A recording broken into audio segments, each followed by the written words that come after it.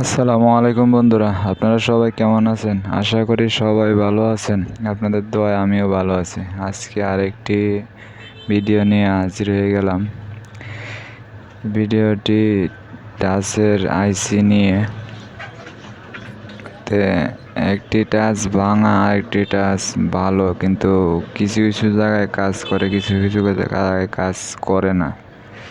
তো এই ক্ষেত্রে আমরা আইসিটি চেঞ্জ করে দেখব ঠিকঠাক মতো কাজ করে কি না। আশা করি ঠিকঠাক মতো কাজ করবে। আর আমাদের চ্যানেলটি নতুন হলে সাবস্ক্রাইব করে লাইক করে আমাদের সাথেই থাকবেন। আসসালামু আলাইকুম।